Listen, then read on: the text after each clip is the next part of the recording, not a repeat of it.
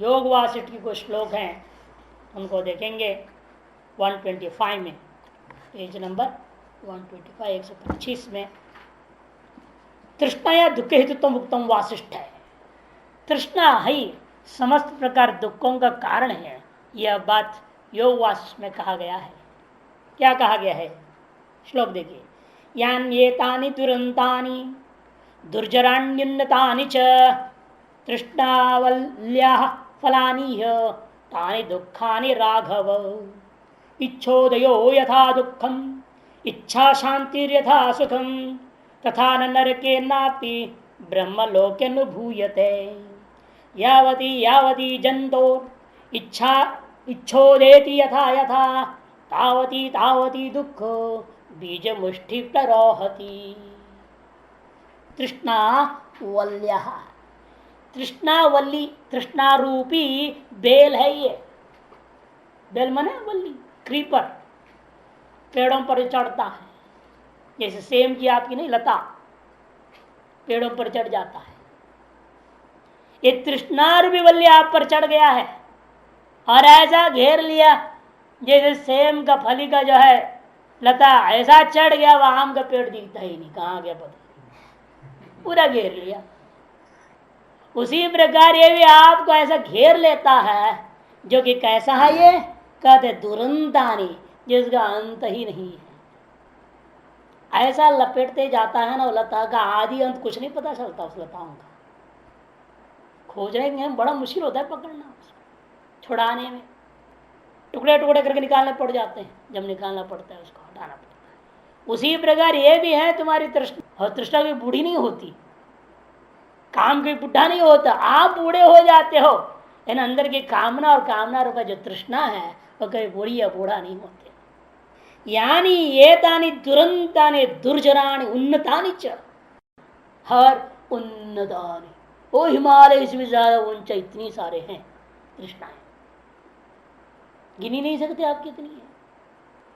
अंदर में सबकॉन्शियस जिसको कहा जाता है, सुषुप्त वासनाएं जिसको कहते हैं हम लोग, वो सुषुप्त वासना में कितनी है, क्या क्या है, पता ही नहीं। इसे कहते हैं दुरंतानी दुर्जराणी उन्नतानि च फलानी। ऐसे फल लगे हैं किसमें? एक तृष्णा रूपी वल्ली में। दुनिया भर सेम लग जाते हैं ना, दुनिया भर कितना खाएंगे, बांटना पड़ जाता, खाते खाते बोर हो जाते हैं।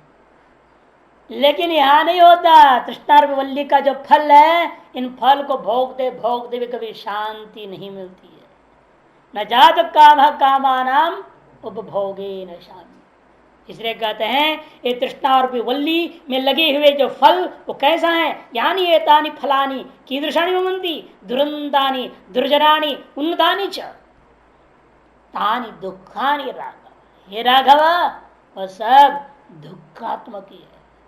देखने के लिए सुखात्मक जैसे प्रथम दृष्टिया आपाततः दिखाई देते हैं, इन वास्तव में इसमें दुख ही छिपा हुआ रहता। इच्छोदयो यथा दुखम इच्छा शांति यथा सुखम। इच्छा का उदय हुआ तो समझो दुख है, इच्छा की शांति हुई मने सुख है। तथा नरक के और इच्छा के उदय होने से यादृश दुख भी अनुभव होता है, तार सुख नरक में भी नहीं है। मैंने नरक से भी भयंकर है इच्छा के उदय होने से प्राप्त होने वाला दुख है नरक में, क्योंकि वहां केवल दुख को भोगना है। और यहाँ ऐसा नहीं ना, इच्छा का उदय होने के बाद तो कई लफड़ा करना पड़ता है। इच्छा की पूर्ति आसानी से हो जाएगी क्या? कितने झंझट है, इसे दुखमय है यह। वहां तो केवल दुख अनुभव हो जाता है, छुट्टी पाई। लेकिन यहाँ और साधन भी दुखात्मक है, साध्य भी दुखात्मक है, सारा दुखात्मक ही रहता है इच्छा का उदय होने के पश्चात। इसे कहते हैं तथा नरक के और इच्छा की शांति से प्राप्त सुख न ब्रह्मलोक है। ब्रह्मलोक में भी ऐसा सुख नहीं मिलेगा जो सुख इच्छा की शांति से मिलती है। अर्थात इच्छा का अनुदय से जो सुख मिलेगा वो ब्रह्मलोक का सुख से भी महान सुख है, और इच्छा के उदय से जो दुख मिलता है वह नरक का दुख से भी महान दुख है। यावती यावती जंतो इच्छा उदेति यथा यथा, जैसे जैसे जितनी जितनी इस जीव के अंदर इच्छा का उदय होते जाता है, तावती दावती दुख बीज मुष्टि प्ररो होती। वैसे वैसे ही आप उतनी उतनी मानते के चलो, वैसे वैसे आप दुख का बीज को मुष्टि धर मुष्टि बोते जा रहे हैं, समझो अपने लिए, जिसके फसल दुख को काटना है इत्यादि। वहां पर स्पष्ट कहा है कि प्रज्ञा वायु नवमिव, जिस पर दृष्टांत दिया है सारी बातें क्यों सारी सर से हटा देती है। ऐसे एक इच्छा का जगना सारा जंजाल हो जाता है। योग वासिष्ठ में इसी प्रकरण दृष्टांत दिया कि भगवान विष्णु के पास नारद जी गए, नारद जी बोले मुझे माया दिखाओ, मैं आपकी माया देखना चाहता हूँ। माया देखना, अरे क्या हो लफड़े पड़ रहे हो, तो ब्रह्मचारी हो, भजन करो, राम राम करो, कहाँ लफड़े पड़ रहे हो। नहीं नहीं मैं अब भी देखना चाहता हूँ। अच्छा चल नहा धो के तो आओ, तुम मैं दिखाता हूँ तेरे को, ना जाओ। गया नहाने, डुबकी लगाया, माया में चला गया। डुबकी लगाया नारद जी ने, बड़ा देखा स्वयंवर हो रहा है, दिव्य स्वयंवर हो रहा है, अनेकों राजलोकर लगे हुए हैं, और उसकी दृश्य देखा जहाँ सौंदर्य हो, नारद जी का मुंह पानी आ गया। मैं ही से शादी कर लो तो कितना बढ़िया रहेगा। फिर मैं याद करता विष्णु को, हे विष्णु तुम तो अत्यंत सुंदर हो विश्व में, तुम्हारा सौंदर्य मुझे दे दो। विष्णु भगवान कहते हैं इसको ब्रह्मचारी भ्रष्ट होने जा रहा है, मैं अपनी सौंदर्य दे दूं, वही वरमाला डाल देगी तो ये माया जाल में पूरा ही डूब जाएगा। तो क्या करें, तो भगवान ने कहा है उसको बंदर के चेहरा बना देते हैं। बंदर की चेहरा दे दिया और खुद बगल में खड़े हुए बैठ भी गए विष्णु भगवान। और इतना ही मदहोश हो गए थे, बिल्कुल होश ही नहीं, बगल में विष्णु बैठा नहीं दिख रहा यार, मैं तो विष्णु के चेहरा बैठा हूँ, निश्चित मेरे कोई वरमाला डालेगी वो, ऐसे सोच के बढ़िया डट के बैठा हुआ है नारद बंदर के चेहरे। अब वो आई आकर के सीधा बगल में विष्णु भगवान बैठे थे, उनको ही माला डाल के चली गई। वो माया उनकी थी, उन्हीं को तो वर्ण करेगी, वो डाल के चली गई। अभी बड़ा गुस्सा है इनको, कहाँ है विष्णु, विष्णु ढूंढ रहा है, अरे बगल में ही तो था लेकिन ढूंढने लगा विष्णु सामने, क्या हुआ, कहते क्या आपने मेरे को धोखा दिया, हमें आपका सौंदर्य बेकार पड़ गया, दूसरे किसी को माला डाल के चली गई। अरे भाई तुम अपने चेहरा तो देख क्या है? तालाब में देखता है तो बंदर है, कौन माला डालेगा। भगवान को शाप दे दिया, तुमको भी अवतार लेना पड़ेगा, तुमको बंदर के सहयोग से फिर संसार में जीना पड़ेगा। तुरंत माया को हटाया भगवान ने, नदी से उठते हैं, देखता रे बाप ये तो विष्णु भगवान सामने, मैंने क्या कर दिया। ये सारा माया जाल ऐसा ही है, दुखी ही दुख है। माया को देखने की चाह उठा, वो भी दुखी दुख रहा उसमें। इसे राघव को कहते हैं, राघव ये तेरा जन्म और तेरी महिमा कारण तू ही है, तुम ही विष्णु है, तुमने नारद को माया देखा है, उसी के अभिशाप से अब तुम्हारी यह हाल है। अब तुम यहां से जंगल जाओगे, तुम भी बंदर के साथ जियोगे, हनुमान तेरे को साथ देगा। तो इसे कहीं माया ऐसा कठिन काम है, इसको देखना भी नहीं चाहिए, देखने की इच्छा भी बेकार है। चंचला चपला माया, और सब विशिष्ट रूप में जो भी दिख रहा है सब माया ही है। किसी भी चीज की इच्छा जगना दुख ही होता है। इसलिए कहते हैं योयम लौकिको वैदिक व्यवहार। वापस लौटी है 59वें श्लोक का 69वें श्लोक का अवतरणिका 127। योयम लौकिको वैदिक व्यवहार समुत्पन्न विवेक ज्ञान से प्रज्ञ से अविद्या अविद्या निवृत्त निवर्तते अविद्यायाश्च विद्या विरोधात निवृत्ति ही इत्येतम अर्थं स्फुटीकुर्वन् आह। लगभग वही प्रकरण आ रहा है दोबारा जो केनोपनिषद में आपने पढ़ा, क्योंकि वहां भी स्थित प्रज्ञ का ही बात थी, ब्रह्मवेत्ता। यहां भी स्थित प्रज्ञ का ही बात कर रहे हैं। उस स्थित प्रज्ञ के लिए अविद्या ही निवृत्त हो गई, तो उस अविद्या कार्य विद कर्मादि में कहां से व्यवहार होगा, उसका कोई व्यवहार नहीं हो सकता। योयम लौकिको वैदिक व्यवहार, वह यह जो चाहे लौकिक व्यवहार हो चाहे वैदिक व्यवहार, समुत्पन्न विवेक ज्ञान से स्थित प्रज्ञ, जो विवेक ज्ञान सम्यक प्रकार से उत्पन्न हो चुका है, समुत्पन्न विवेक ज्ञान से स्थित प्रज्ञ अविद्या कार्यत्वात्, सम्यक उत्पन्न विवेक ज्ञान से होना चाहिए। स्थित प्रज्ञ, स्थित प्रज्ञ उसके अंदर अविद्या कार्यत्वात्, अविद्या का कार्य होने से योयम लौकिको वैदिक व्यवहार, ये कैसा है, ये सारा व्यवहार अविद्या कार्य तो दूसरे स्थान वही होगा। अतएव अविद्या निवृत्त निवर्तते, अविद्या की निवृत्ति हो गई तो ये सारा व्यवहार भी निवृत्त हो जाएगा। क्यों निवृत्त हो जाएगा, अविद्या निवृत्त क्यों हो जाएगी भाई, अविद्या निवृत्त नहीं होगी अतएव व्यवहार भी निवृत्त नहीं होगा। तब तो कहते नहीं, अविद्यायाश्च विद्या विरोधा, अविद्या सदा विद्या का विरोधी है, इसलिए विद्या का विरुद्ध होने के कारण से जहां विद्या उत्पन्न हो गई तो अविद्या अपने आप नष्ट हो जाएगी। अविद्याश्च विद्या विरोधात निवृत्ति ही, विद्या का साथ विरोध होने से विद्या उत्पन्न होते ही उसी क्षण क्या हो जाएगा, अविद्या निवृत्त हो जाती है। इतिएतम अर्थम, ये जो बात 1 से 68 तक समझाया गया है उसी को दोबारा स्फुटीकुर्वन् आह, स्पष्ट करते हुए कहा है। अब तक साध्य साधन भाव से अनेक प्रकार से कहा हुआ है। पहले अनार्चन कीर्तिकरम अर्जुन इसकी व्याख्या करते हुए 38 तक समझाया गया था, 11 से 38। उसी को फिर 39 से लेकर के 68 तक विचार करके उत्पन्न कर समझाया स्थित प्रज्ञ का प्रश्न का निमित्त से, और अब जा करके उसको और विस्तार से समझाना चाहते हैं, स्पष्ट कर देना चाहते हैं वास्तव में स्थित प्रज्ञ का व्यवहार कैसे होता है। किम आसीत व्रजत किम, प्रश्न है उसके व्यवहार के बारे में, वह व्यवहार वास्तव में होता ही नहीं। पहले क्या व्यवहार होता है, कैसे होता समझा दिया, और अब कहते वास्तव में व्यवहार हो ही नहीं सकता है, व्यवहार ही नहीं है। क्यों नहीं होता, या निशा सर्वभूतानां तस्यां जागर्ति संयमी यस्यां जागृति भूतानि सा निशा पश्यतो मुनेः। या निशा इव निशा सर्वभूतानां तस्यां जागर्ति संयमी, जो निशा के समान निशा है, अंधकार के समान अंधकार, रात्रि के समान रात्रि है।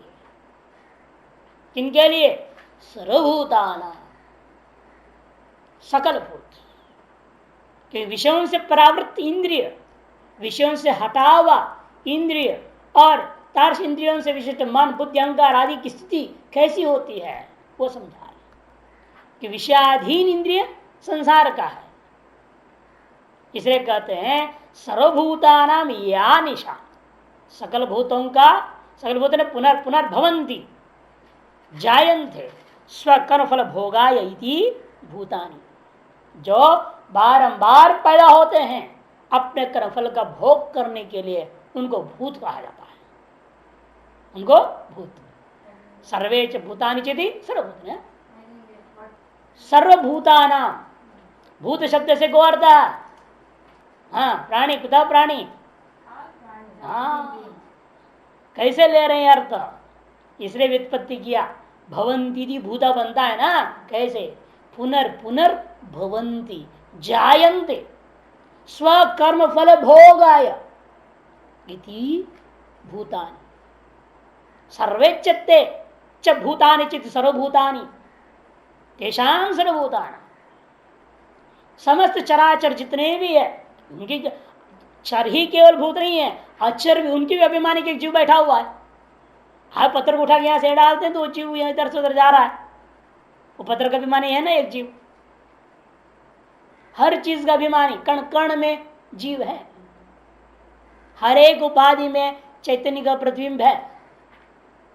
इसलिए कहा सर्वम खलुदम ब्रह्म तज्जलान इति उपासित, सर्वम जितनी भी उपाधि है, सारा चराचर जितने भी जगत है, तज्जलान, तज्ज तल तदल ज ल अन, जलान, जलान में जल नहीं, पानी नहीं है वहां पर, तज्ज तल तद अन तथा जायते तस्मिनेव लीयते तेनैव अनति प्राणिति इति तज्जलान।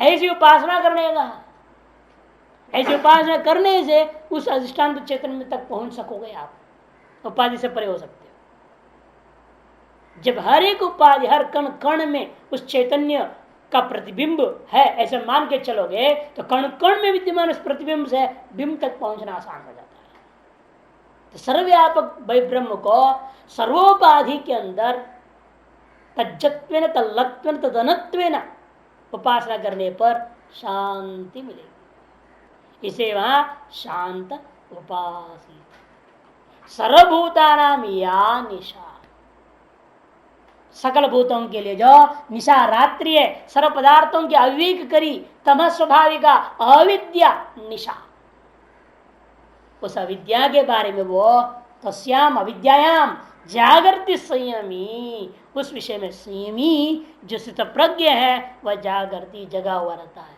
अर्थात वह विवेक कर लिया है, अविद्या को नष्ट कर लिया है। लेकिन जिसमें वो जगा रहता है, यस्याम जागृति भूतानी, जिसमें भूत जगे रहते हैं, किसमें? अविद्या में सगल व्यवहार करता हुआ जगे रहते हैं। क्योंकि जितने भी लौकिक और वैदिक व्यवहार हो रहा है, भूमिका में भाषा ने बोल दिया है, जितने भी लौकिक व्यवहार वैदिक व्यवहार क्या हो रही है? अविद्या का कार्य। और जीव जगे रहते किसमें? मैंने जगे रहते का मतलब क्या? जग कर सकल व्यवहार लौकिक और वैदिक व्यवहार जो कर रहे हैं, किसके में कर रहे हैं? वो अविद्या में ही सब कर रहे हैं। सा निशा पशतो मुनि, वह मुनि जो अपने स्वरूपानुभव कर रहा है उसके दृष्टि उसके लिए वह निशा के समान निशा है। अथवा दूसरे ढंग से जिस विषय को में ये सकल बुद्ध सोए हुए हैं, ब्रह्म तत्व के बारे में कोई जानकारी नहीं है, सब उसमें सोए हुए हैं, उस ब्रह्म तत्व में यह विवेकी से भी जगा हुआ है। जिसमें ये सब जगे हुए हैं अविद्या में, उससे वो बहुत दूर है। भाष्यकार कहते हैं, देखिए ये उसी प्रकार का है, योग वासिष्ठ का श्लोक भी यहाँ पर है, नहीं योग वासिष्ठ नहीं, वार्तिककार श्लोक, वार्तिककार ने बृहदारण्यक वार्तिककार का श्लोक बहुत सुंदर है। काकोल को न्याय यहाँ पर कौवा के लिए जो दिन है वो उल्लू के लिए रात्रि होता है, उल्लू के लिए जो दिन है वो कौवा के लिए रात्रि है। कि कौवे को दिन में दिखाई देता है इसलिए उड़ते वक्त सब करते हैं, रात्रि में कुछ नहीं दिखता, अंधे हो जाते हैं। और उल्लू को रात में दिखता है और दिन में अंधा हो जाता है। और ये लड़ाई होती है, बेचारे क्या करें, रात में उल्लू आके कौवे को मारता है, उसको दिखता है। और कहीं उल्लू दिखाई देना दिन में तो कौवा छोड़े उसको मार डालेगा, उसको दिखता है नहीं, बेचारे करते रहता है क्या, उसको कहीं तो दिखता है नहीं दिन में। जैसे एक का दिन दूसरे के रात, दूसरे का दिन पहले के लिए रात है कौवा और उल्लू में, उसी प्रकार से ज्ञानी और अज्ञानी का मामला है।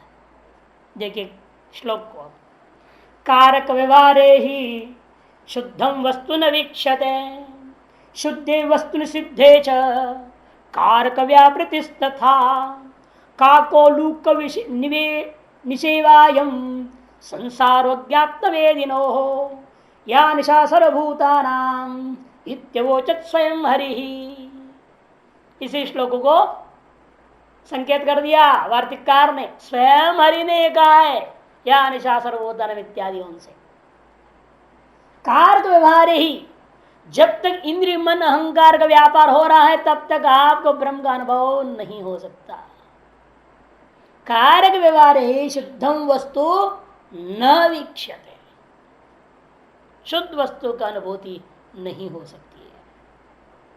और शुद्धे वस्तु निषिद्धे, और शुद्ध वस्तु की अनुभूति हो जाए, कारक व्यापृतिस्तथा, तथा मैंने न वीक्षते, फिर कारक व्यवहार कुछ भी नहीं रह जाए, न दिखाई देगा, न होगा। उसी प्रकार काकोलुक निशा इव अयम भवति, कौवा और उल्लू के रात्रियों के समान यह समझना है। अयं संसारो अज्ञ आत्मवेदिनो हो, अज्ञ का दृष्टिकोण में, आत्मवेतक दृष्टिकोण में यह संसार रात्रि के समान है कौवे और उल्लू के। यही इसी बात को जो है या निशा सर्वभूतानाम श्लोक में भगवान हरि ने स्वयं कहा है, ऐसे वार्तिककार ने संकेत किया। और योग वासिष्ठ में दूसरे शब्दों में कहा है, निद्रादो जागरस्यांते यो भाव उपपद्यते तम भावम भावयन साक्षात अद्वयानंदम अश्नुते। ऐसे स्थल दे रहे हैं आपको ब्रह्म भाव के अनुभव करने का। कहां करेंगे आप? कर निद्रा आदौ, निद्रा के आरंभ में, जागरस्यांते, जागृत के अंत हो, वह संधि काल है। जागृत के अंत, निद्रा के आदि, उस संधि काल में यो भाव उपपद्यते, जो भाव विद्यमान है, तम भावम भावयन, उस भाव से भावित होता हुआ व्यक्ति ही साक्षात अद्वैतानंदम अश्नुते, वही साक्षात अद्वैत अनुभूति को अवश्य कर पाता है।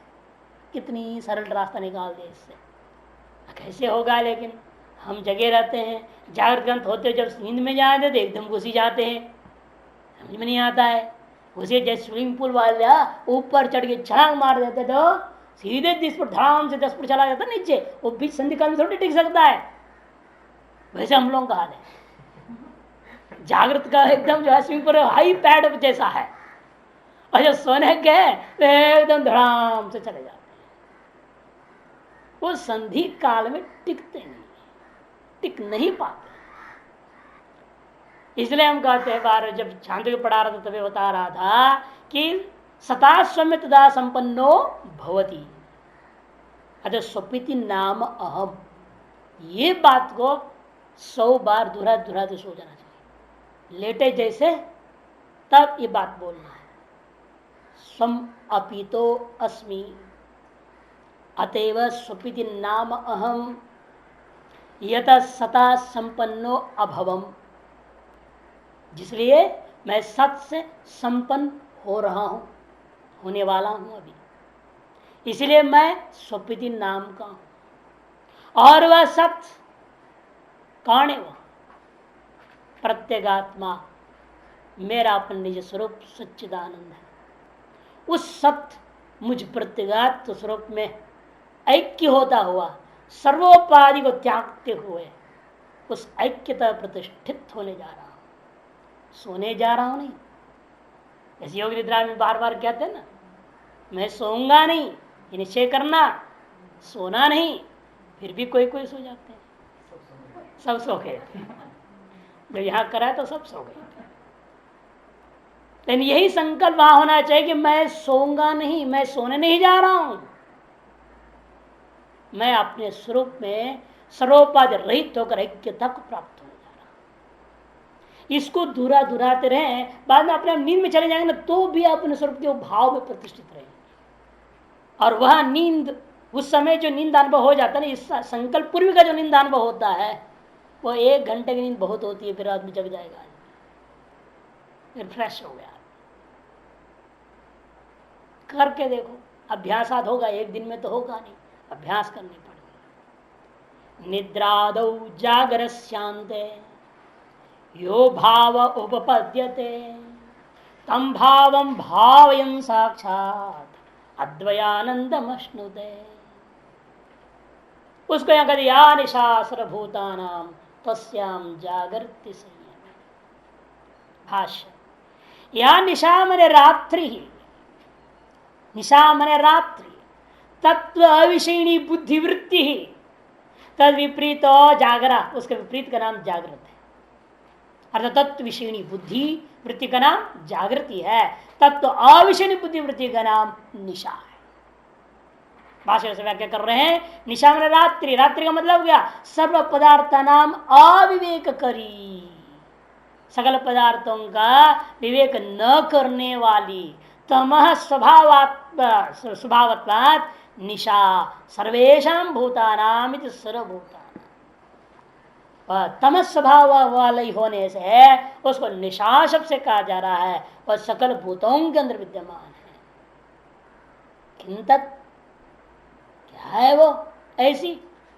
कहते परमार्थत्वम स्थितप्रज्ञ विषय यथा नक्तंचरणाम हरेव सद अन्येषां निशा भवति। पहले दृष्टांत को समझिए, था जिस प्रकार से नक्तंचरणाम हरेव, रात्रि में घूमने फिरने वाले भूत प्रेतों के लिए आपका रात क्या है? उनके लिए दिन है। उनका जो दिन है वह हम लोगों के लिए रात्रि है। नक्तंचराणाम आहारेव सत, उन लोगों के लिए दिन होता हुआ भी हम लोगों के लिए क्या है, अन्य शाम निशा भवती, दूसरों के लिए रात्रि हो जाता है। तद्वत नक्तंचर स्थानीय नाम अज्ञानी नाम, इसी प्रकार से असुरों के समान, भूत प्रेतों के समान आप सभी जीव है बोल दिया भाष्यकार। सारा जीव जंतु कैसे हैं, नक्तंचर स्थानीय नाम, अनात्मज्ञानी नाम। कैसे वह सब अज्ञानी होने से अनात्मज्ञानी क्या हो, अनात्मज्ञानी है। सर्वभूता नाम निशा इव निशा, निशा के समान निशा मानना चाहिए, क्योंकि वह क्या हो रहा है, सप्रज्ञ से परमार्थत्व विषयो, वो क्या है, वो कहते जो परमार्थ तत्व है, सतप्रज्ञ का जो विषय है वो, उसके प्रति ये क्या है, इनके लिए वो सब अंधकार हो गया। निशा के समान निशा का दिया, रात्रि इव रात्रि। अवतरण के सुंदर देरी से सर्व प्राणी साधारणीं प्रसिद्धां निशां दर्शयित्वा तामेव प्रकृतानुगुणत्वेन प्रश्नपूर्वक विषयेति किं तत् इत्यादि न आनंदी। सकल प्राणियों के सर्वसाधारण प्रसिद्ध निशा को वर्णन किया पहले। सर्व पदार्थानाम अविवेक करी तो स्तम स्वभावत्वात् निशा सर्वभूत सर्वेषां भूतानि सर्वभूतानां, यहाँ तक क्या है, सकल प्राणियों का सर्वसाधारण जो अज्ञान है, अविद्या है, जिसकी वजह से तत्व अविषयनी बुद्धि वृत्ति निरंतर होती रहती है, उसको कथन करने के बाद प्रश्न डाले किम तत्, प्रकृति के अनुगुण प्रश्नपूर्वक विषय थी, किम तत्व प्रश्न पूछा, क्या है वो, कौन से तत्व है जिसके अविवेक करने के कारण से ये निशा के समान निशा हो गया। कहते वह तत्व है जो तत्व प्रकृति का विषय है, वह परमार्थत्व है, जिसका अविवेक करने के कारण से हम कहते हैं ये निशा के समान निशा है। उसको न विवेक करने वाली बुद्धि वृत्तियों को निशा के समान निशा कहते हैं। उसको स्पष्ट करने दृष्टांत से बताइए, जिस प्रकार से नक्तंचराणाम अहरेव सत् अन्येषां निशा भवति, तद्वत् नक्तंचर स्थानीय नाम अज्ञानी नाम सर्वभूता नाम निशा इव निशा, उन लोगों का निशा के समान निशा क्या हो जाएगा, ज्ञानियों के लिए अहर हो जाएगा। परमार्थ तत्व अगोचर, अगोचरत्वाद अतत् बुद्धि नाम, क्योंकि उन लोगों को क्या है, परमार्थ तत्व उनके बुद्धि वृत्ति का विषय नहीं होती है, क्योंकि अतत् बुद्धि नाम, ये सब कैसे हैं, अतत् बुद्धि वाले हैं, अब्रह्म बुद्धि वाले हैं। तस्याम परमार्थ लक्षणायाम अज्ञान निद्राया प्रबुद्धो, लेकिन उसमें जगह कौन है, संयमी। उस परमार्थ तत्रूपा अज्ञानात्मक जो परमार्थ तत्रूपा विषय में, तस्याम परमार्थ लक्षणायाम, जो कि अज्ञान के लिए क्या है, वो निद्रा है। वो परमार्थ तत्व उनके लिए अंधकार के समान है, किनके लिए, अज्ञानियों के लिए। अज्ञानियों की निद्रा के समान निद्रा है, अंधकार के समान अंधकार है। क्या चीज, परमार्थ तत्व ब्रह्म। उस निद्रा से प्रबुद्धो जागृति, जो प्रबुद्ध पुरुष है वह जगा हुआ रहता है, अर्थात नित्य निरंतर ब्रह्म चिंतन, ब्रह्मागर वृत्ति, अखंडागर वृत्ति में लगा रहता है। कौन प्रबुद्ध मने, संयमी, संयमवान, जितेंद्रिय योगी इत्यर्थ। संयम वाला, जो इंद्रियों को जीत लिया वह योगी, ऐसा कर। अन्यत्र भाषाकार संयमी का अर्थ सन्यासी इत्यर्थ करते हैं, और यहां करके संयमी का अर्थ जितेंद्रिय योगी इत्यर्थ। प्रकरणानुसार है ना, अर्थ करने में कितने कुशल है, क्योंकि पिछले सभी श्लोकों से क्या हुआ है, योग का चर्चा हुआ। प्रज्ञ से कहा भाषा प्रश्नोत्तर में समाधि, ध्यान, धारणा, प्रत्याहार, सारा लिए अष्टांग योग का वर्णन हुआ, जो कि स्थित प्रज्ञ का स्थिति है, लक्षण है। वह साधक के लिए साधना के रूप में अष्टांग योग का वर्णन किया है, जिसमें जितेंद्रिय होना अत्यंत आवश्यक समझाया है। इसलिए यहाँ संयमी का अर्थ प्रकरणोपसंहार में जो पुनरुक्ति जो कथन कर रहे हैं, स्पष्टीकरण करने के लिए वहां संयमी का अर्थ कर दिया जितेंद्रिय योगी।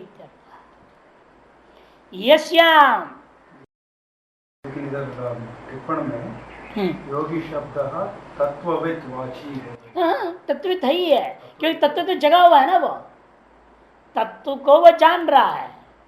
वह योगी मैंने योग साधना करते हुए तत्व का अनुभूति कर लिया, जो कथित स्थित प्रज्ञा का लक्षण रूपा योग साधना कर लिया उसने, तद्वारा वो सिद्ध है। वो इसे तत्वित अर्थ करना गलत नहीं है, इनमें यह कर दे अन्यत्र सन्यासी अर्थ लिख देते थे ना, वो यहाँ नहीं लिखा।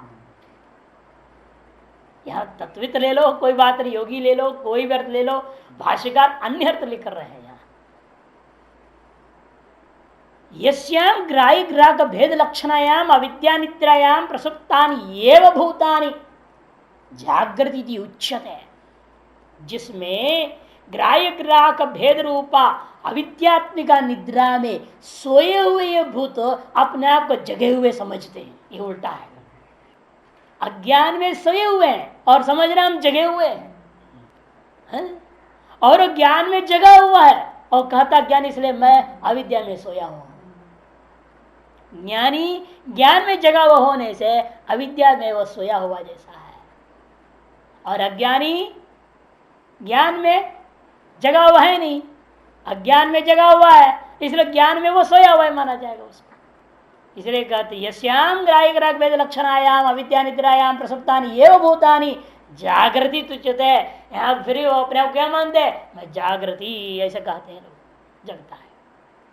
इसे श्लोक में भी कहा ना, अहंकारो धियम भूते प्रसुप्तम मा प्रबोधय, सुप्तम मा प्रबोधय, सोया हुआ है। प्रसुप्तानि एव भाष्यकार करना, सोया हुआ है अविद्या में, अविद्या निद्रायाम प्रसुप्तानि एव। इसलिए अहंकार कहता है सोया हुआ है, इसको मत जगाओ भाई, जगत क्या होगा, प्रबुद्धश्चेद आनंदे न तम न हम न वही जगत। यदि आनंद में जग जाए न तू रहेगी। डरा देता है जानबूझ के, से विवेक नहीं करना, विवेक करोगे तो सबसे पहले तुम मरेगी, बाद में मैं मरूंगा, सारा जगत खत्म हो जाएगा। तो बुद्धि सोचे मैं मर जाऊंगी तो ठीक नहीं, इसलिए मैं विवेक ही ना करूं। और दूसरे वही शंकराचार्य क्या कहते हैं, आत्मा तुम गिरिजा मति सहचरा, आपकी ये गिरजा कौन है, मति ही है। यही बुद्धि आत्मा विपत्ति के साथ ऐक्यता, अगला श्लोक कहेगा आप पूरे मानव अचल प्रतिष्ठा। दृष्टान देंगे पतिव्रता नारी का किस प्रकार से होता है। ठीक विपरीत यहां बोल रहे हैं, यहां इस श्लोक में वो आएगा अहंकारो धियम ब्रूते, अब अगले श्लोक के लिए आत्म गिराजामति हो जाएगा।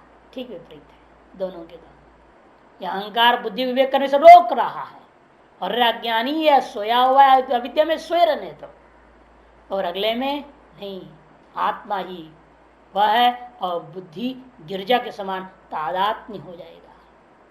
जब वह मति सारा व्यवहार को शिवार्पण कर व्यवहार करती रहती है तो वह बुद्धि को आत्मस्वरूपानुभूति होने में कोई देर नहीं लगता। आत्मा तम गिरजा मति सहचरा प्राण शरीरं गृह पूजा ते विषयोपभोग रचना निद्रा समाधि संचार पदयो प्रदक्षिण विधि स्तोत्राणि सर्वा गिरो यद्यद करोमि तत्तदखिलम शंभो तवारा। अगले श्लोक विस्तार से जाएंगे उसमें, यहाँ पर श्लोक ले लिया आपने, क्योंकि भाष्यकार साफ करें अविद्या निद्रायाम प्रसुप्तानि एव भूतानि जागृति तुझते, नहीं मूर्खता पूर्ण अपने आप क्या मान रहे, हम जगे हुए हैं, हमारे जैसे कोई बुद्धिमान नहीं है, ऐसा सोचते हैं। सारा अंधकार में डूबे हुए, अविद्या में डूबे हुए हैं, दुनिया भर संसार व्यवहार में लगे हुए हैं, और आत्म परमात्मा चिंतन है नहीं, वेद वेदांत घुसे नहीं, और सोच रहे अपने आप को बड़े जगे हुए हैं। यस्याम निशायाम प्रसुप्ता इव स्वप्न दृशा सा निशा अविद्या रूपत्वात् परमार्थत्वं पश्यतो मुने अथ कर्माणि अविद्यावस्था एव चोद्यन्त्य न विद्यावस्थायां विद्यायां सत्याम उदिते सवित्री सारम इव तमः प्रणाशम उपगच्छति अविद्या।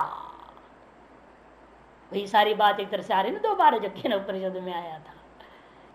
कहते देखो यस्याम निशयम प्रसुप्ता इव, जिसमें जिस निद्रा में जिस अविद्या में सोए हुए के समान है, स्वप्न के दृष्टा सा निशा अविद्या रूपत्वात्, वह निशा वह रात्रि अविद्या रूपिणी है। अतएव परमार्थत्व पश्यतो मुने है, परमार्थत्व को पश्यतो मुने है, अनुभव करते जो मुनि है। अतः कर्माण्य अविद्यावस्था में चोद्यंत है, जिसलिए सकल कर्मों को अविद्या की अवस्था में ही विहित है, न विद्यावस्था, विद्यावस्था विहित नहीं है।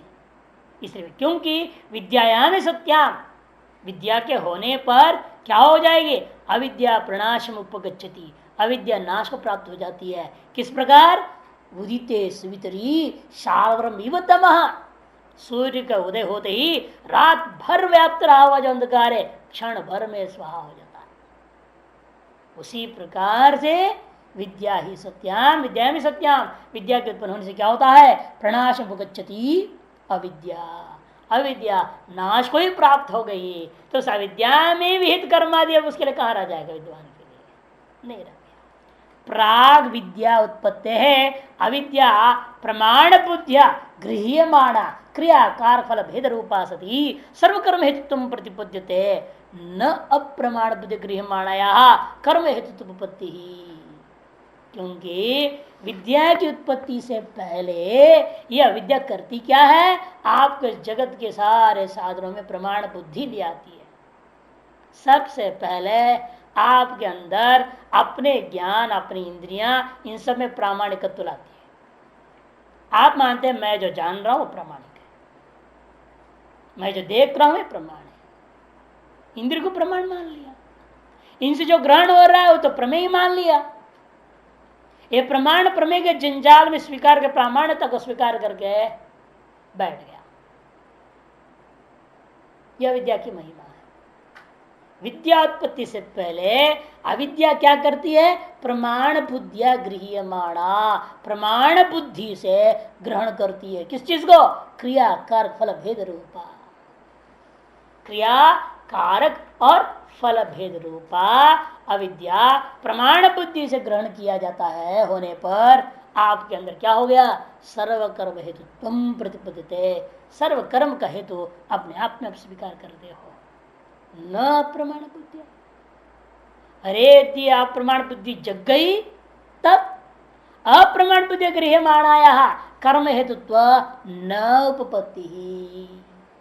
और एक बार अप्रमाण बुद्धि से ग्रहण कर लिया तो फिर यह कर्म हेतु उत्पन्न हो नहीं सकता है।